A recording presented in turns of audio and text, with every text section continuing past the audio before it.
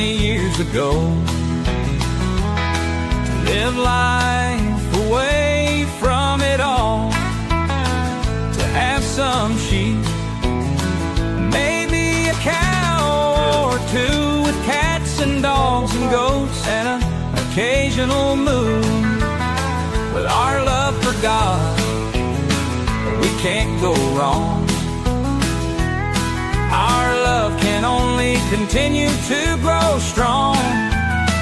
Doesn't matter the difficult roads, it's true, for we have each other and love will carry us through.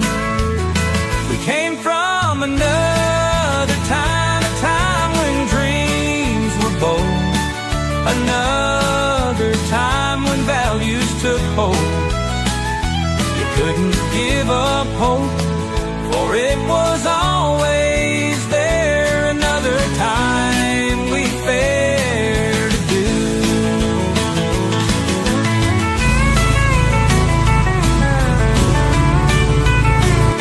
Say hi. Hi. Wave.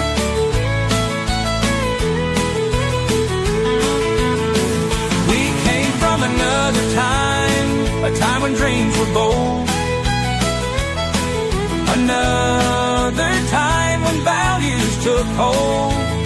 You couldn't give up hope, for it was always there. Another time we fared. I'm glad.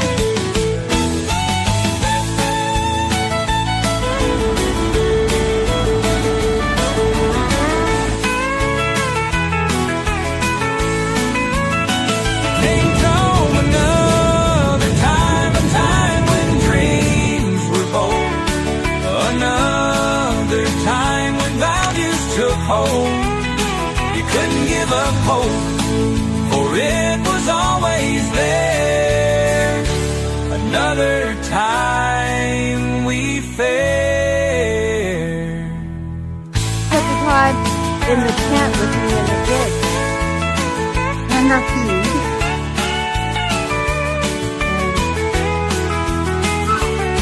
I'm at it again.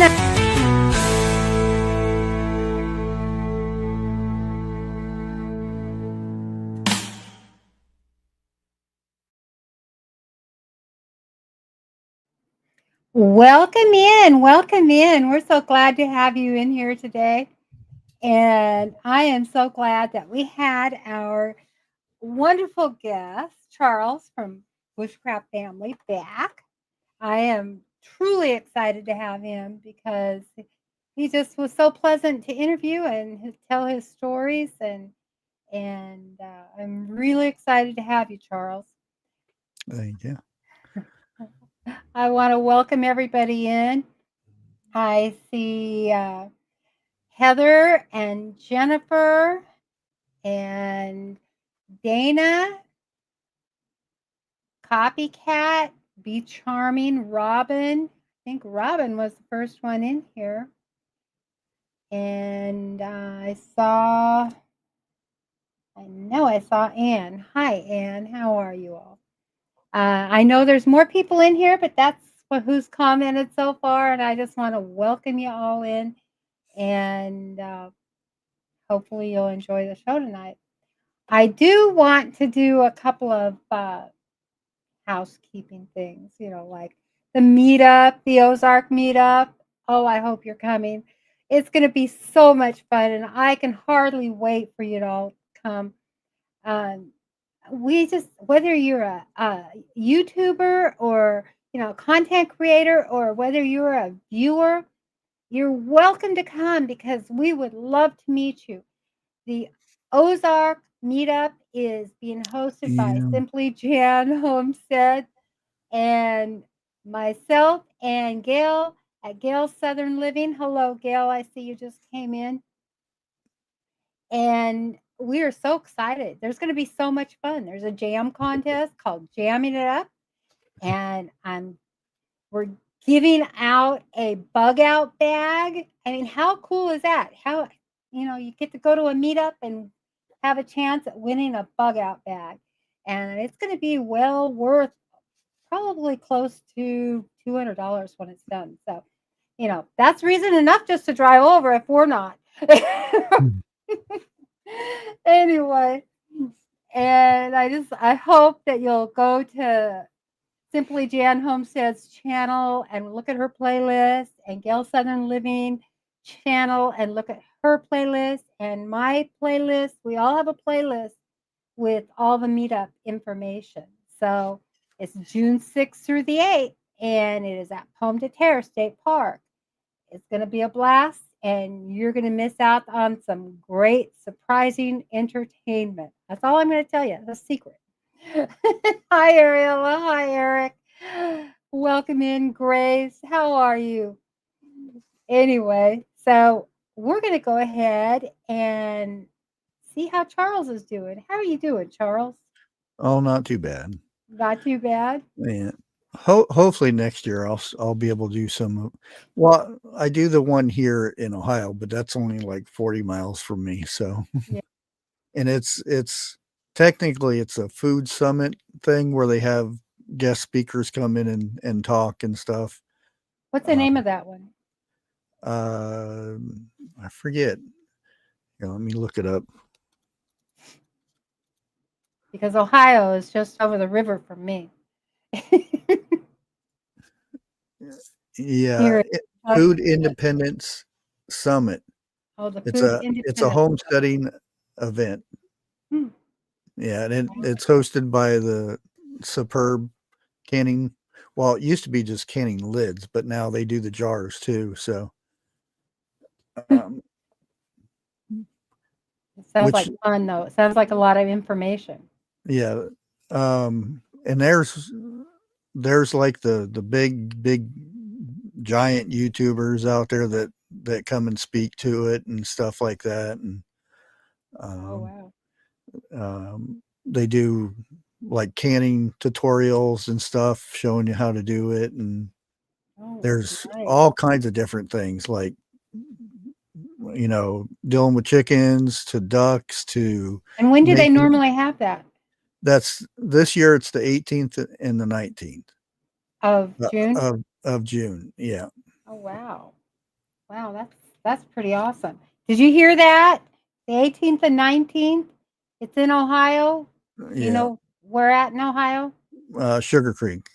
Sugar Creek, Ohio. Well, not technically Sugar Creek, but right next to it. It's all Amish. So you pay to get in, and you get free breakfast, lunch, and dinner thing, and it's all made by Amish, and it's all they don't go to the grocery store and buy the stuff. Wow. Yeah, I Yeah, bet there will be fermenting. fermenting there. Yeah. How awesome. That Yeah, sounds they teach all kinds of different stuff there. They have seminars and the whole shebang. wow. Oh, I'm gonna have to check that out. I don't know if I'll be able to this year, but next year I'm gonna keep that in mind. Yeah. Maybe you could just put in the comments the name of it again so that people, type in the comments so that Yeah, people can be looking for that. I'll put the website. I think this is the Oh, thank you. That would be Seed the awesome. Spoon. Yeah, this is it. Um,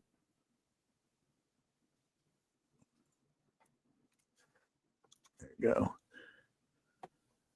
And I think they have it for people who stay there.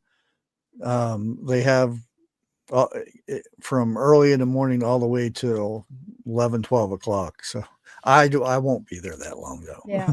Yeah. Wow, that's really neat. I'll have to Yeah. check that out.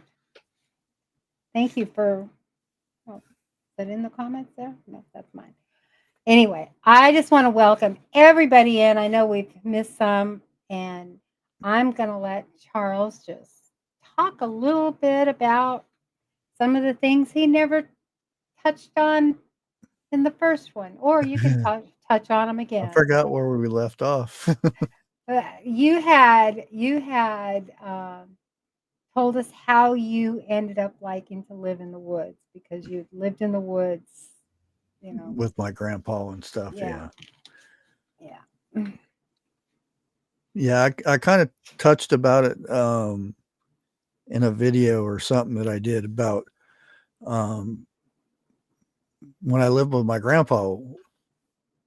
We would go like 6 months and not go to the store because he had all the stuff there. You know, he grew all of his food and harvest stuff from neighbors' animals, and we traded stuff like that. Wow. And I remember going to the store, and that wasn't really a store, but it was like, woo, you know. Thank you. Eternal. I Yeah. remember when I first started going to school, I think it was like first grade because I skipped kindergarten because my grandpa didn't know about kindergarten, I guess.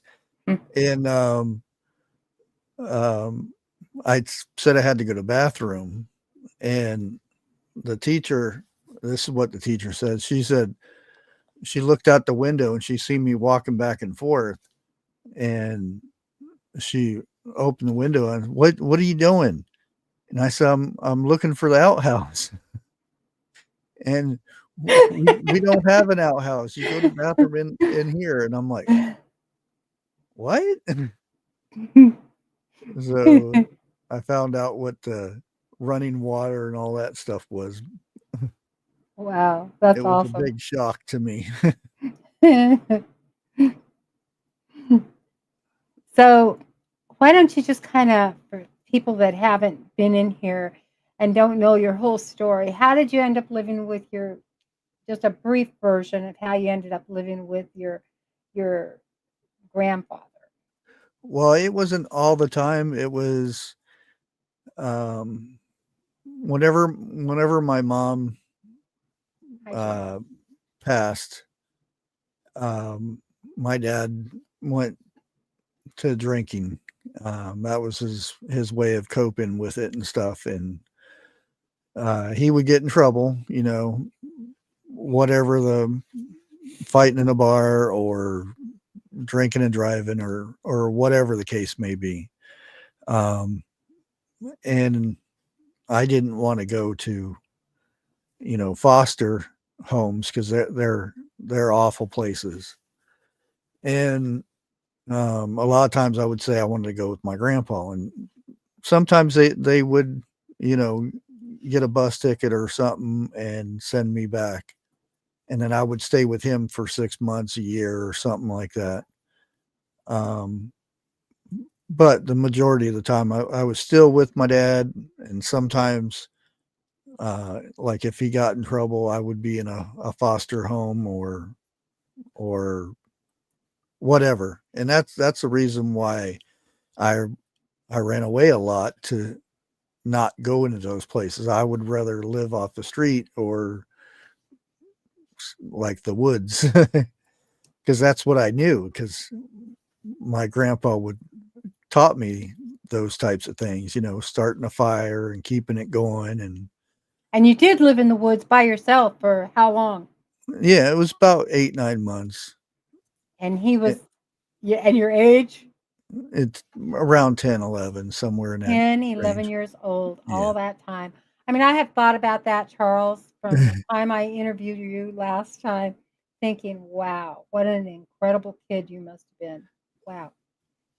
Yeah, it was, and it wasn't like I was scared or anything. I would be more scared to be living in a foster home because bad things happen in those places. Not so much just the other kids, but the people who take care of you and stuff. Yeah. Yeah, it's, and I don't think uh, throughout the years, and you can go back in time where, you know, orphanages and foster care and stuff like that. A lot of them are always the same way. It's very bad for kids, and it still surprises me today that it still goes on. Yeah. It's sad, but it does. It does. Mhm. And, you know, You think for as much control as the powers to be have, that they would have control over that. But Yeah. so they don't. I don't think they try really. Yeah. Well, they'll have programs, and it's like the whole bullying thing. You Yeah. know, everybody wears the fancy T-shirts and say, "Ooh, you know, we don't allow bullying," and then a week later they allow it. Somebody gets bullied, and they turn turn their focus somewhere else and say, "Oh, you're just overreacting," or something like that, and it is what it is. Yeah. It really is. So I saw a comment by Heather, and she wanted to know what your first job was. My first job, Mm-hmm. probably carnival. I grew up on the carnival, so Tell us that's about all of that. and well, my dad and my uncle were both uh, original what they call carnies. They have their own language and everything. Um, there's there are different sayings for like tearing down and going to the next city, and if there's somebody bad in the area, you say a word and everybody goes to help you. Um, that was probably my first job, was working in a what they call a joint, which is a concession stand where you try to get money for them to win a stuffed animal or something, be it throwing darts or knocking over milk cans or something like that. That sounds like a fun job. So you got to Uh, see the inside of the carnival it is, working. yeah, and still to this day, if um, like if I didn't have any money or anything, I would just, if I seen a carnival, I could go talk to them and tell them, do you have a spot open and I could make money? Um, the and right now there is not very many, hardly any now, what you call a carny. There are some that come along and do the life for a couple years, but there's nobody that actually knows what a carny is too much anymore. Yeah. They're It's a dying breed. Yeah. In my family, I'm probably the last one, because my dad and my uncle have passed already. But um, and that years ago, I was heading to saved up some money and I bought a motorcycle, and I was going to head to, and I was living in Ohio. I was going to head to back to Arizona because I just love that area. And um, this freak storm came out of nowhere, and it was pouring down rain so bad that I ended up turning around going back. And as soon as I walked through the door, my uncle called. Haven't seen him in years. He was living in another state somewhere or whatnot, and he just showed up. And he said, um, he always called me Chucky and said, "Is Chucky there?" And I picked up the phone, and it was my uncle. And yeah. And he says, "I'm thinking about going on the road again." He said, "You want to join me?" And I said, "Sure." And those, and probably a month later, that's how I met my wife. Wow. uh, was at a carnival, and um, that was, it seems odd, but that was my way of, I made more money off of women than I did guys, because at that time I had the long hair, and you know, I looked the part, I guess. Yay. and and I, you know, she never spent any money, but she hung around and we started talking and got to know each other, and then she came on the road with me, and then that's how it all started. And I think it's weird how God's plan pops up and you don't even know it. Yeah. The fact that there's a freak storm, that it was sunny as could be, and all of a sudden a storm out of nowhere comes and makes me turn around, and you know how things work out. It's totally how things work out, isn't it? Yeah. Wow. And I tell the kids, I say, you guys were so close to not being here, not being born. Said, you know, if I was like 50 miles down the road, I would have just kept on going. But you know, it was that weird storm. So how old were you when you met your wife? I believe about 22, 23.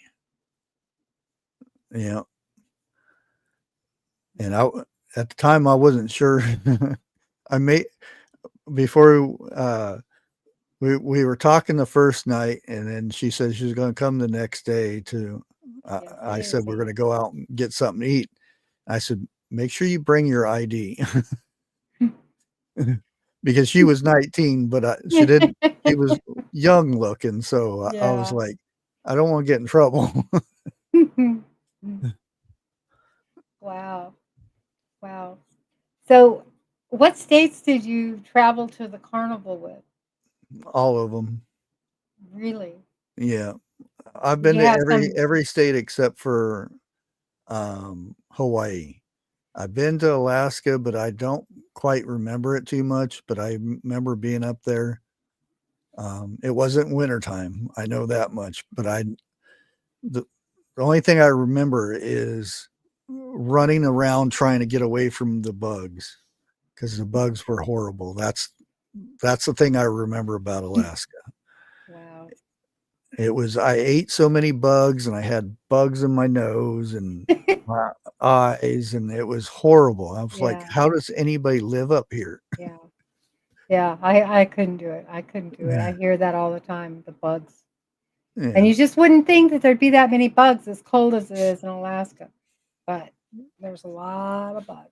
Yep. I've been to Jamaica, some small islands uh, off the Bermuda area, that they had carnivals, and we would travel over there, from East Coast to West Coast.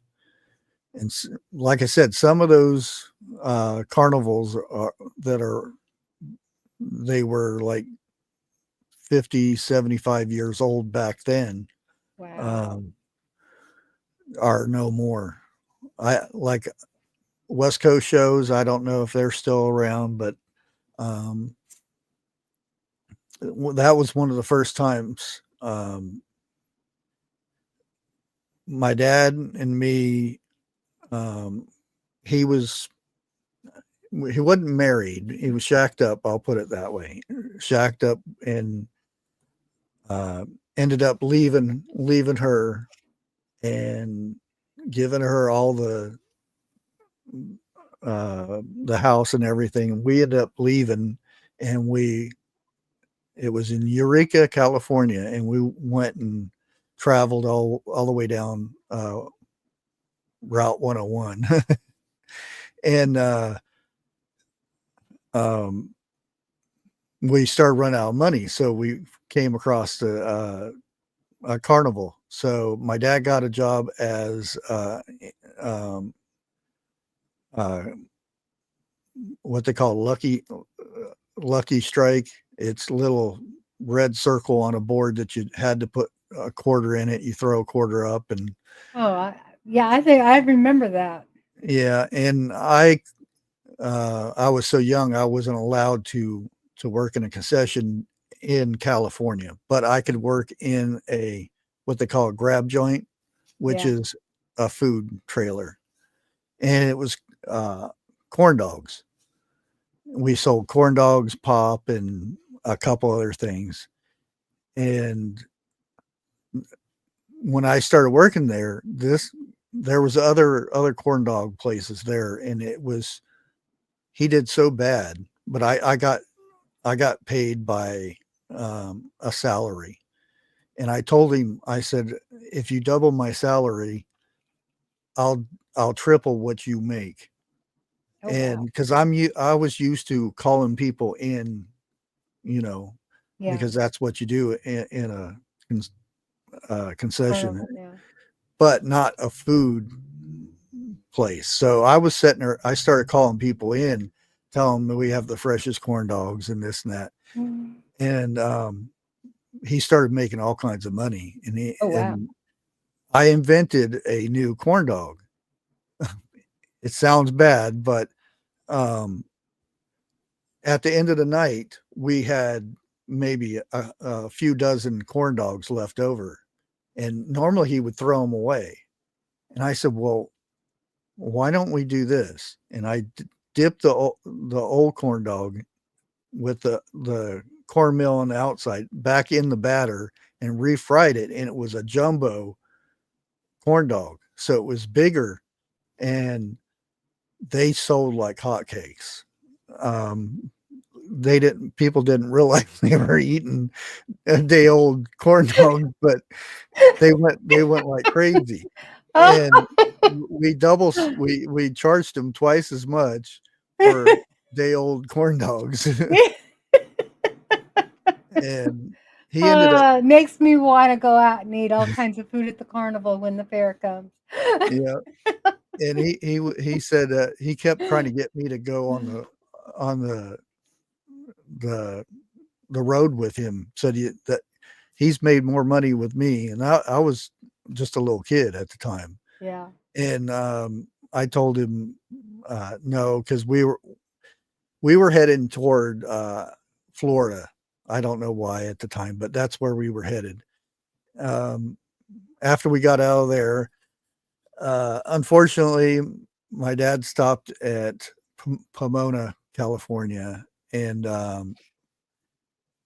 all the money he made, he drank it up in the bar because he's waiting for family members that used to live in California, Pomona, California.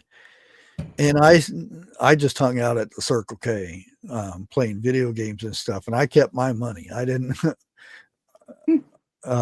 spend my money, and except for eating and a few games and stuff. But um, on the after he didn't have any money left, we ended up. I actually bought a car. I just making corn dog hamburgers for breakfast. I'm sorry.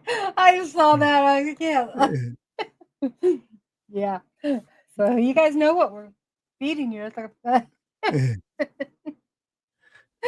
Yeah, we ended up buying an old Oldsmobile with what money I had left, and we made it through Arizona and New Mexico and started getting into Texas when the car died, and then we had to hitchhike. And I still remember this freak storm, one of those weird storms. I could see it in the distance, the direction we were going, and all you seen it was blue skies everywhere except for this big black cloud that was right over the horizon. And I knew we were going into that. And for Oh my god. Texas, that's Oh one of my the gosh. coldest How I've ever been. terrifying. And we got through the storm and everything because we were in a back of a El Camino in the bed and just froze. And then we got up to Dallas, Texas, where you're not allowed to hitchhike. So we ended up to get off of there, we had to go around the outside of Dallas so we went over the northern side of the big ring. We had to walk all the way around, and then as soon as we got to the other side of the main freeway, we could hitchhike again. And I remember it was like about 3 o'clock in the morning, and I was so tired. It was pouring down rain, and I had me a 2-man tent that I kept with me, and I laid it on the side of the road and fell asleep while cars are going by, and my dad's up there hitchhiking, and that's where I slept that night, soaking wet. I was just tired after that long walk. Yeah, it was a mess. So what was your scariest event, traveling around as a kid like that? What was the scariest thing you remember in the carnival that may have happened, Well, right after that, we ended up getting into Shreveport, Louisiana, and it was an actual state fair. And we got in there, it was probably about 1 o'clock in the morning. And it was probably, I'm thinking it was probably around maybe March or something, February, March time. And it was so cold. We didn't have blankets. All we had is that tent. And we set up at the fairgrounds. We couldn't see anything. It was pitch black there. And we set up, and it was so cold. Whenever I'm out in the cold or something, and I get that cold feeling, it brings back memories of being so cold. That's the coldest I've ever been. And it's weird that I've lived in Ohio, I've lived in Idaho and places like that, and to this day, the coldest I've ever been was in Shreveport, Louisiana, of all places. Wow, of all places. Yeah. Yeah, I've been there when it's like it's the hottest place I've ever Yeah. been. And another time I was really cold, which you can probably, this year, is bent over because it got frostbite. Oh wow. In Florida. I've like I said, I've been in very cold states and never got frostbite. And Wow, I got frostbite. My pinky toes got frostbite, and my ear got frostbite. So it's kind of wonky. You know what amazes me is that, for at least Jan and I, and probably some others in the chat, you could have been in our town at our carnivals. Yeah. That's crazy. It's just crazy. Because I remember seeing kids that worked in the carnival. The carnival, the fair was one of the most exciting things. We looked forward to it all year long. Yeah. And just tickled me to go to the fair. Everybody looked forward to that because it truly was another time. Oh, yeah. That, let me go ahead and play this new song, everybody, and give Charles a break here. I have a new song that I wrote, and I thought it's so appropriate for this show. So here we go. Hope you enjoy. Leave your comments. We grew up when fishing in a hole and swimming in a lake was what you did. Riding bikes and roller skates, dances at the Grange, laying in the shade. We grew up with Vietnam Nam, hippie love, and the Brady Bunch when hip huggers were cool and we had a curfew.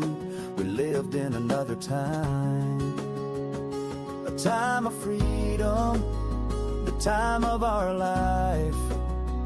Another time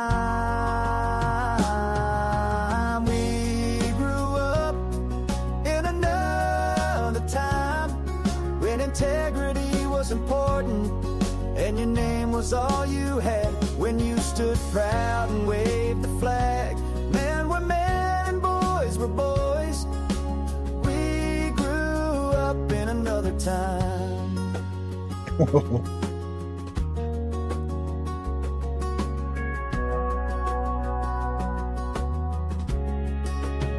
We grew up with a garden and faded jeans from bucking hay, playing in dirt, and t-shirts were your favorite when everyone had a set of Sunday clothes and the fair we looked forward to all year long.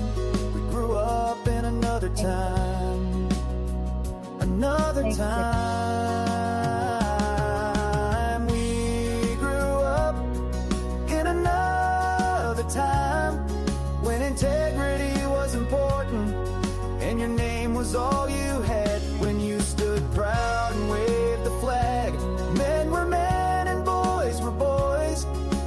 We grew up in another time.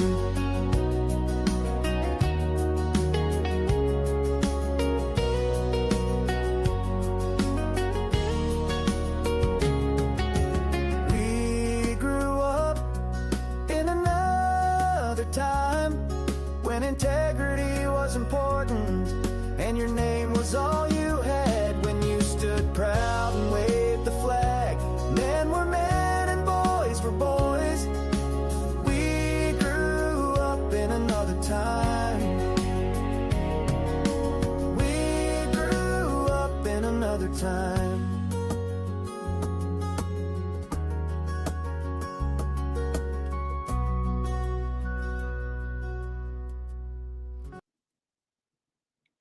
So that's my new song. I'm going to figure out how to get it on here, as you know, make a video with it. But I started to. I struggled with getting it to save correctly. So I'm going to have to ask somebody about that, because I'm technologically Get insufficient. a program that's called Video Proc. Video proc. Yeah, it's free. Okay. Anybody can download it and use it, and there's no watermarks or any of that stuff. It's all free. Yeah, because it would not take my InShot videos, you know, on my regular editor. It just wouldn't take it. And so, yeah, I'm glad you all like the song, and it just suits what this is all about, and reflecting and reminiscing on the lives of the people in our our channels we love. And so I'm going to turn it back over to Charles and let him continue, because we just love listening to him. Kids, technically I have 7 that I know of. I was The bad Rolling when Stone. I was bad when I was it was the 80s. The first one I know of, we were both under the age. Even though I was living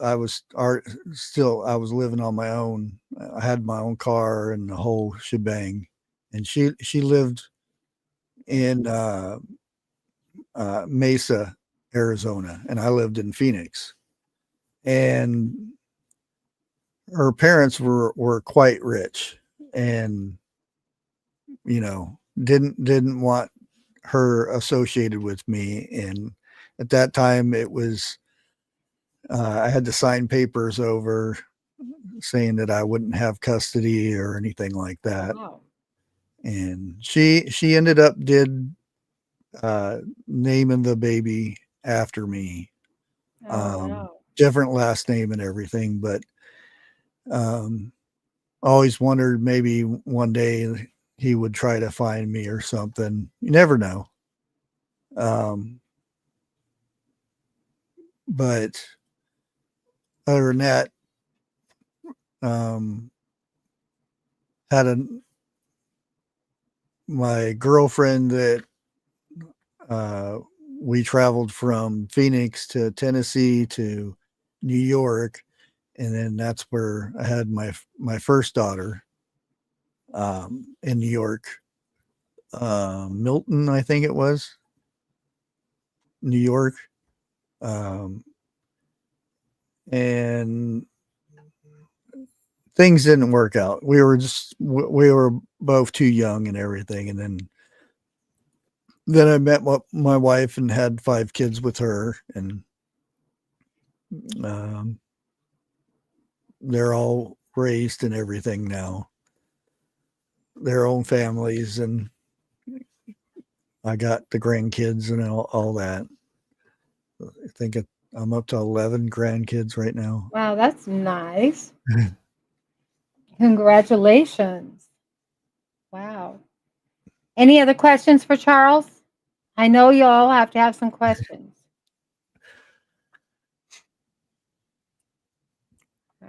I'm watching the chat. Okay. Well, I seen Hi, Ziggy Langley. Still. put in there that, because I've talked about it before, the earthquake in '89 in California Yeah. during the World Series. I was actually there. Oh, I was wow. I was selling hot dogs and pop at the time, Yeah. and I ended up staying there for almost 3 weeks to help out, even though I didn't have any training or anything. But which, being there after the first week, I already knew how to take blood pressure and the pulse rate and stuff like that, and put sea collars on, and um, use tourniquets and stuff like that, because it was bad the first week.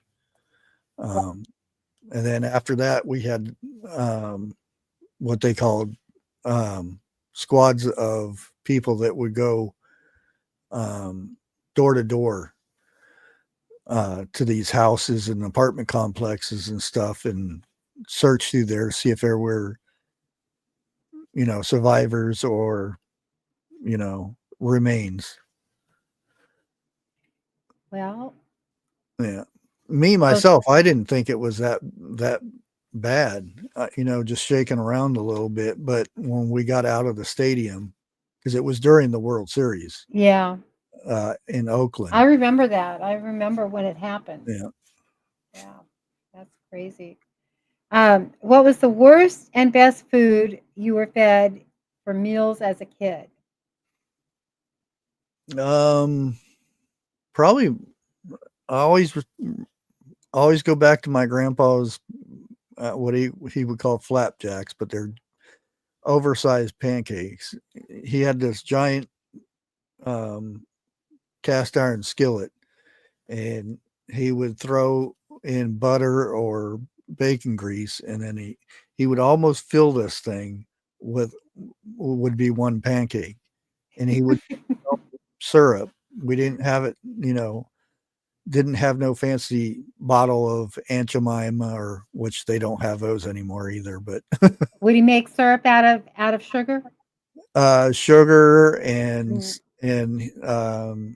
depending on what time of the year it was, because we would have uh, a lot of people from the area would come together and boil down maple syrup, Yeah. and we would put it in jars.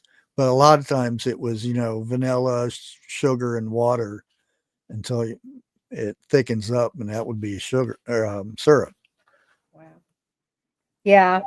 I when I was raising my kids, we were quite poor, and so I just make them sugar syrup. Yeah, Burn the sugar and turn it brown. They never knew the difference. yeah. And a lot of times It's they'll pretty miss good. that, because Yeah. you get the syrup nowadays, and it's When they get horrible. like that. Yeah. Unless you want to spend uh like $10-20 on a little bottle of maple syrup, um most of it's just awful tasting. Yeah. It Yeah, really is. he would make sassafras syrup. Oh, yeah. Oh, that stuff was really good. It really is. So, what was your most valuable skill you learned over the years of growing up? Um, I I don't think it. I guess it could be a skill. In this, and it's kind of like a Gen X type of thing. Is it's not that, it kind of sounds bad when you put it. Just don't When you care. say it, Yeah, you just don't care. nowadays, uh, people say stuff and it gets blown out of proportion. Back in the 80s, somebody called you a name or something, okay, and you'd go move on, Because you were raised, sticks and stones will break Yeah, your bones, but names will never hurt you. yeah, Yeah. yeah. It's just, I don't know. They don't know that anymore. It's just like, oh, you called me this, or you have to call me they, and I don't care what you are, just, don't Yeah. force it on me Don't force it on me, or and my don't, kids. and yeah, and just let me love you for who you are, Mhm. and don't make me try to change the entire English language because you don't like it. I mean, that's basically how I see it. Yeah. So, Yeah, I remember the alphabet, the LGB, whatever it is now, but, mhm. um,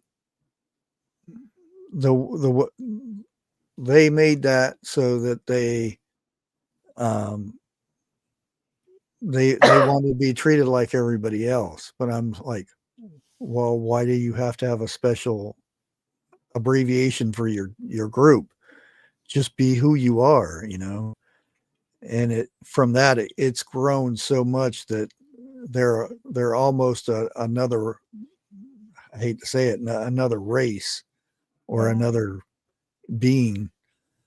Well, I think with you, Charles, and with myself, what you see is what you get. Some days you see me a mess. Some days you see me cleaned up. And so, you know, Charles is Charles, and I hope that you appreciate that. So, Yeah. you know, I mean, I'm really like that too. If you don't like me, don't watch me. If you do, then that's good too. But yeah, Well, I'm not I going to force remember myself on anybody. as a kid, um, like if I wasn't in school at the time, we would go out and you wouldn't come home until it was dark. hmm And nowadays, if you told your kids to go out and play and not come in until the street lights come on, you would be arrested for abusing your kid. Yeah, I mean, it truly is a different time. We live in Yeah. another time from what we were grown up with, and I think you're so right, Grace. Labels do nothing but divide people, and so we need to Hmm. really learn to love each other, just to love each other. I mean, look at beyond what you see, and like, look at all the things that Charles has shared that takes him beyond what you see. I've like um in California. I lived in California for a good while. I actually lived in Watts, and that's at that time it's as bad as it is now. Where's And I Watts was at? I was it's born in Bishop, so I don't know where Watts is, but I was born in it's Bishop, California. it's it's like Compton and different Oh, areas of LA. oh, Um, I think they call it district or something like that. But yeah. um, I lived with my friend from school because my dad got in trouble, and uh, I lived with his grandma.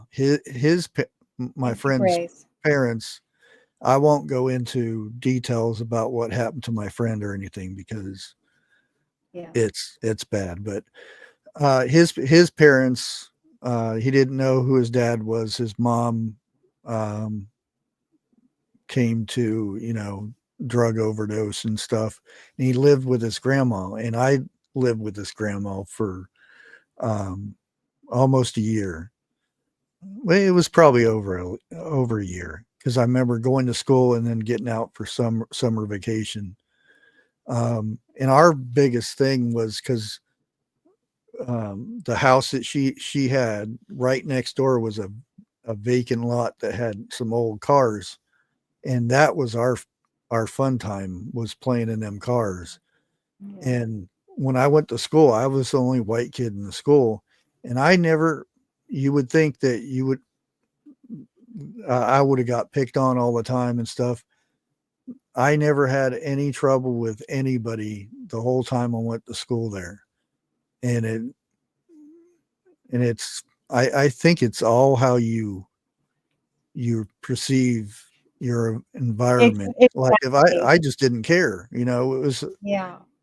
unless you did something to me or my friend or something, then it wasn't no big deal. And having lived around, 'cause I lived in 66 homes as a child. 66 different locations. I've been around too, Yeah. and when you move around a lot, you realize, and you tell me if I'm wrong, if this wasn't the case for you, Charles, is that, yeah, 66, is that you really get a sense of everywhere you go, people are people, and Mhm. people hurt, and they're sad and they're happy and they are just struggling and doing what you're trying to do, and you really see, and it doesn't matter if you go across the world, you're going to see the same thing. Mhm. And because I have been in other countries, I lived in Germany, and you just get this sense of you're just one of this little piece of this great big puzzle, just trying to make it like everybody else.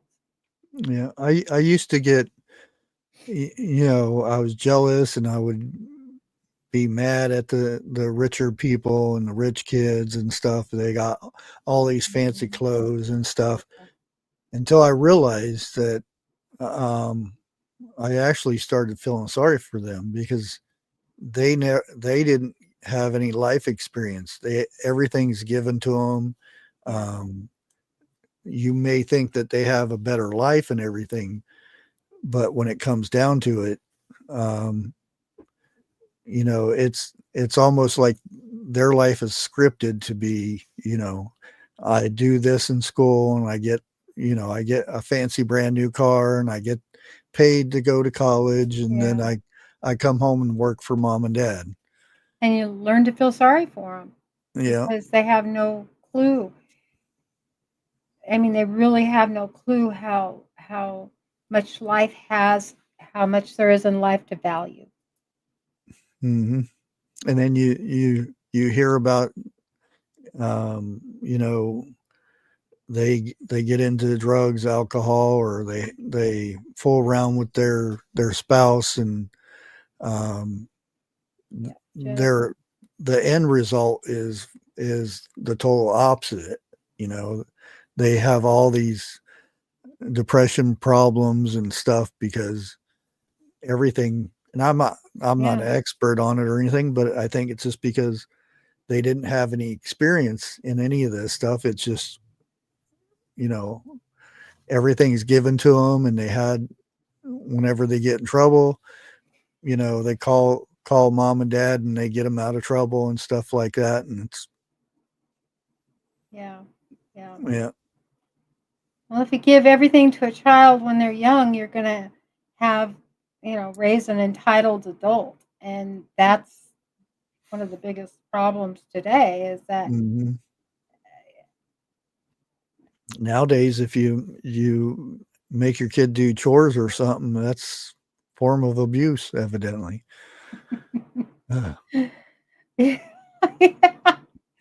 Yeah.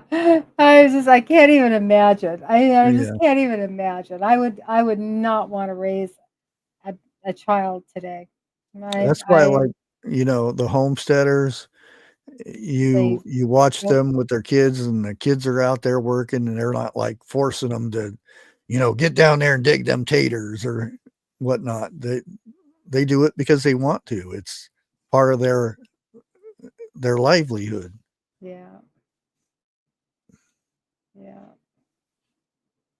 Well, it is truly a different time, and I personally thank God for the life He gave me. Sure, I had Mhm. trials and tribulations and went through heartache and stuff like that. But when you go through those things and you go through them a lot, I think you either learn to embrace them and get the good out of it, or you become a bitter person. And I was never one to become a bitter person. I didn't want to be a bitter, angry person because I see those people and I'm like, oh my gosh, they grow up, they grow old and be lonely, and nobody would want to visit them and stuff like that. Mhm. I could never, I just couldn't do that, and it broke my heart for them. And I knew somewhere inside those people just wanted to be loved, but they didn't know how to let go of the bad things that had happened to them, and all the hurt and the pain and the sorrow and everything else. And but if you really just learn to embrace that, I Yeah, can guarantee God's going to show you the good out of it. yeah. You'll notice there's like a trend to that. Yeah. Once the kid gets so old, they start resenting the parent Yeah. because instead of showing love and nurturing and stuff, it was, oh, here, have this, Yeah. and they end up doing the same thing to their kids, and it's a cycle thing. I think it's abuse not to teach a kid how to do things and not take care of themselves. Yeah. Let Hmm. them start making decisions when they're young. You know, they want to go outside without their coat on. Let them go outside without their coat on. Give them the choice. Look, if you insist on going out, you're going to get cold. If they don't learn behavior with consequences, they'll never learn. Yeah, that's like touching a hot stove is one of the best teaching things. I'm not saying to do that, but Yeah. there's safe ways to do it. Yeah. There's safe ways to do it. Yeah. Um, and you guarantee they won't touch it again because they know, ooh, that's a Exactly. no. Exactly. Exactly. So let's give Charles a few more questions out there. Put him on the spot. Let's see.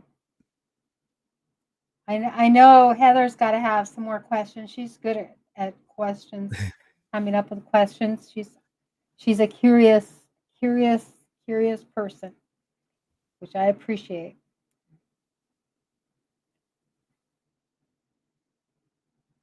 Okay, Jennifer has one. What was the worst gift Yeah. you got as a child? Um. Well, believe it or not, my wife is the first one that threw me a birthday party. I never had Oh, a birthday before that. A birthday party. Cake and ice cream, the whole yeah. thing. It was just, here's $20 or happy birthday or something like that. Worst, I have no idea. Um, I have no idea. Heather wants to know if you're dating. No, no, no. No, Heather. How difficult for you was it raising so many kids? Um, I don't know. I, I see other people that has one or two kids, and they have both parents and they're saying how hard it is to raise their kid and stuff. And I'm like, huh?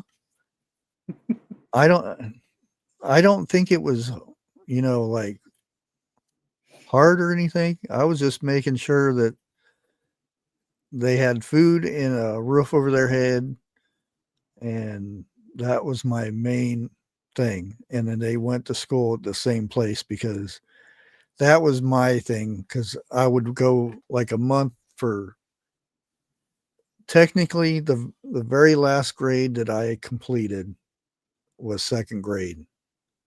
Most of the time I went to a school and I was there for a month, and then we would move to another city or a state, and I would go for a couple more weeks or a month or 2 months, and then we'd go on the road, and then the next year I would go to school again, but it was the next grade, because back then records weren't on computers.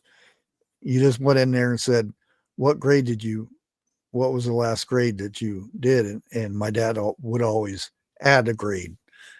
So Wow. that was my schooling.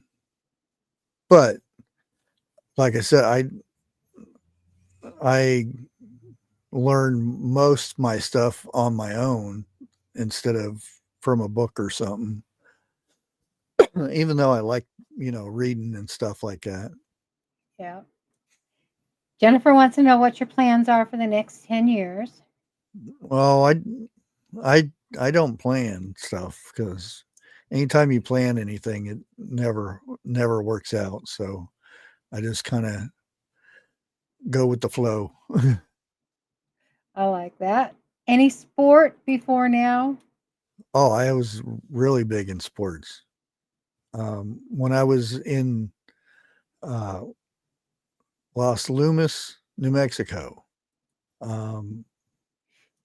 I started playing baseball, and I was actually a really good pitcher. And the coach started teaching me how to do curves and stuff, and I thought it was really cool, but I wasn't developed enough for um, throwing curves, because you have to have a lot of mass in your shoulders to do that. And I got to there was this program where Okay, Ginger. some of the best athletes in New Mexico, Arizona, and California all came together, and the scouts and everybody could go check out and whatnot. And I actually threw a strike on Ken Griffey Jr. Oh, wow. Unfortunately, the next ball he knocked out of the park, but he didn't think I could throw that hard, and he was surprised. And he actually came up to me and said that was one of the best pitchers in that thing workout program that he went up against, because everybody else, he just plastered the ball, and he was like shocked when that ball went by him. Wow. Wow. And that's why I always say I threw a strike on King Griffey Jr. and then leave out the rest where he knocked a home run in the next pitch. But I did get to play minor league. I was the youngest one to ever play. Albuquerque Dukes was the baseball team, and it was maybe three games, and they were all home games, and then went back to school. That's And so nice. threw out my shoulder, and said I could. All I have to do is get a surgery where they'd open up the top part of my shoulder and then refasten one of the ligaments. And I said no. Wow. Wow. Which I feel it now, because I can actually pop my shoulder out and pop it back in. Wow. But at the time, I didn't think I was going to be around that area much longer. And because my dad had actually got in trouble again, and I lived by myself for probably 6 months until all the money ran out, and then I moved in with uh, the coach for a good while. The same coach that had me throwing curveballs before I was ready. And to think about it now, I was just a ticket, a lunch ticket for him, Yeah. because if he could get me signed for somewhere, he could get kickbacks for it. But because he tried talking me into it and everything, and he would say, well, if you don't get that that surgery, you're not going to be able to play baseball anymore. And I said, that's fine. He said, well, you're going to have to find a new place to live, and trying to pressure me into it and stuff. Wow. Wow. 2 more questions, and then we're probably going to have to call it. And that, because we're like 6 minutes over. But what's your greatest achievement that you feel is your greatest achievement? And are you still looking for land? Always looking for land. I feel if God wants me to have it, he'll do it for me. As far as it's my kids. That's the easiest one there. Yeah. Yeah. I think I've done a lot of things, you know. I've won bowling tournaments to opening for a band that was on MTV. I threw a strike on Ken Griffey Jr., and I've done all kinds of stuff like that. Dated some 80s stars that probably wouldn't remember who I was at this time. But back then it was cool. I'm gonna share something hilarious with you. Okay. I went on a date with Doink the Clown, the uh, uh, WWF wrestler. If you want to look him up, it's horrible. When I was 14, 15, something like that. Okay, Doink the Clown. Check him out. That's Yeah. awesome, Charles. I still I was sitting here going through memories and stuff, and I was watching, it was on Amazon. I was watching a documentary on the Go-Go's, and they were doing a backstage thing to where they were filming, and they had pictures of what was going on backstage. And I was drinking a pop or something, and came across a picture where I seen myself. I said, that's me. And I rewind it, and the kids all looked at it. And, no, because I had, if you remember Motley Crue, Yeah. that's how my hair was. It was, I used to go through ordeal just to make my hair look like that. Because Wow. I didn't have no stylist or anything to do that. Hmm. I would hang upside down like a bat while my hair was wet, and put gel in it, and then let it dry, and then go like that, and it would stick up all over the place. 2 more questions. Jan wants to know, what was the catalyst that made you decide to make your negative situation a positive and strive for the best life possible? I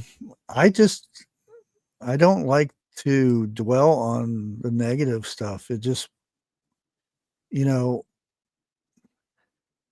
I used to think like, and it wasn't always that way, because I had some bad times in the 80s to where I did the drugs and alcohol and stuff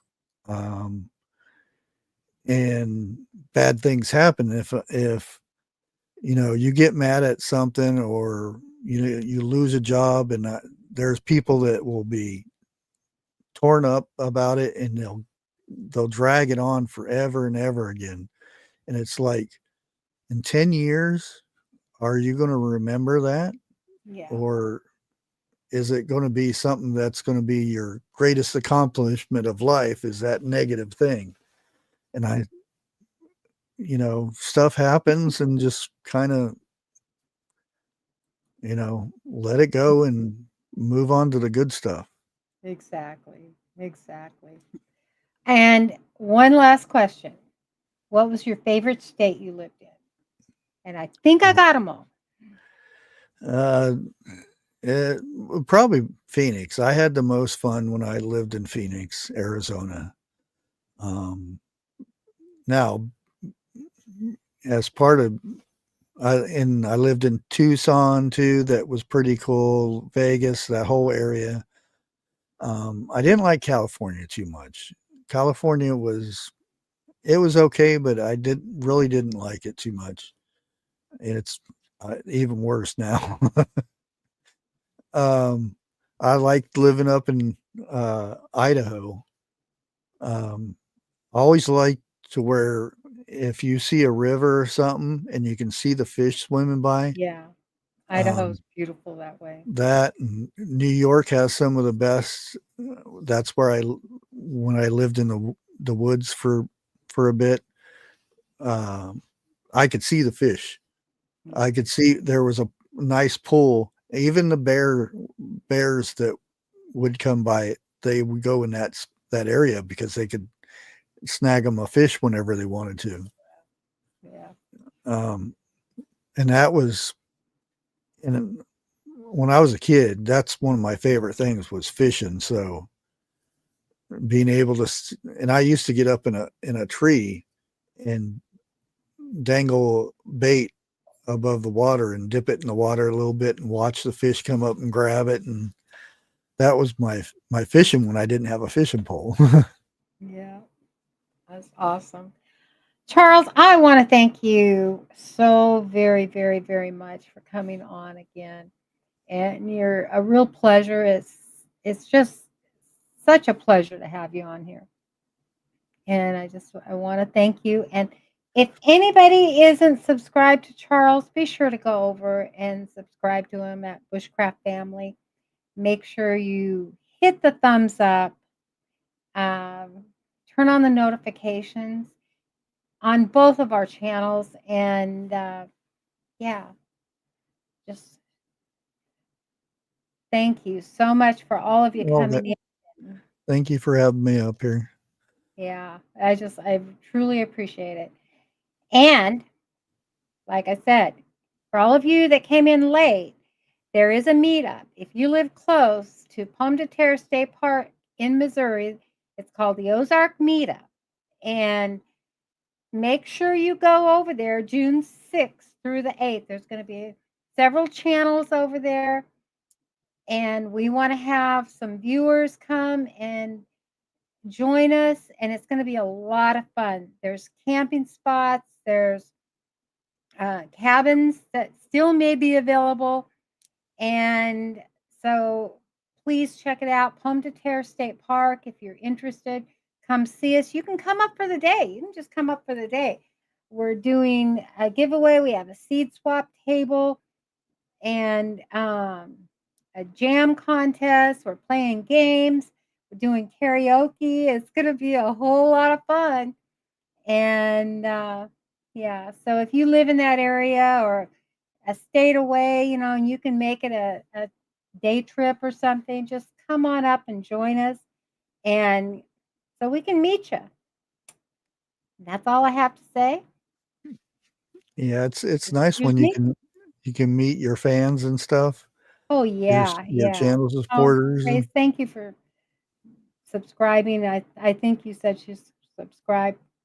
Yes, make sure you hit the thumbs up button and please just make sure you support Charles's channel. He's got an awesome channel. And if you want to know anything about prepping and all kinds of stuff on Charles's channel, you can go find out. Okay? So thanks again. And I am going to end it here with a closeout. Bye, everyone. Thank you.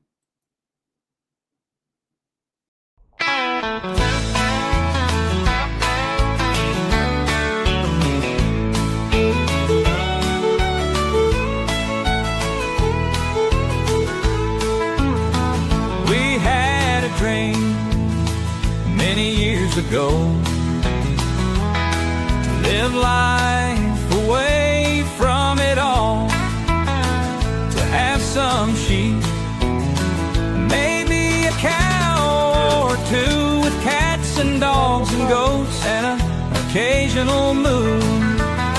With our love for God, we can't go wrong. Our love can only continue to grow strong. Doesn't matter the difficult roads, it's true, for we have each other and love will carry us through. We came from another time, a time when dreams were bold, another time when values took hold. You couldn't give up hope, for it was always there. Another time we fared to do.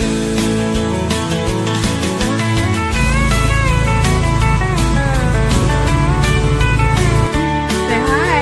Hi. Wait.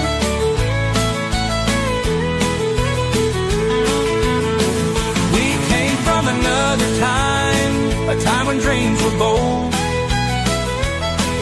another time when values took hold.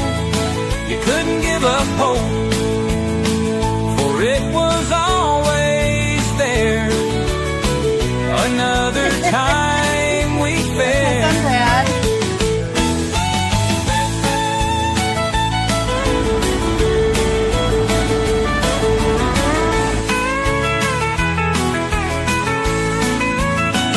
Came from another time, a time when dreams were bold, another time when values took hold.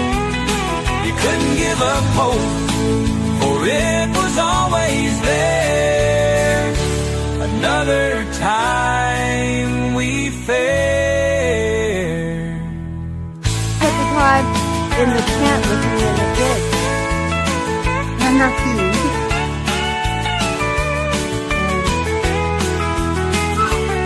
I'm at it again.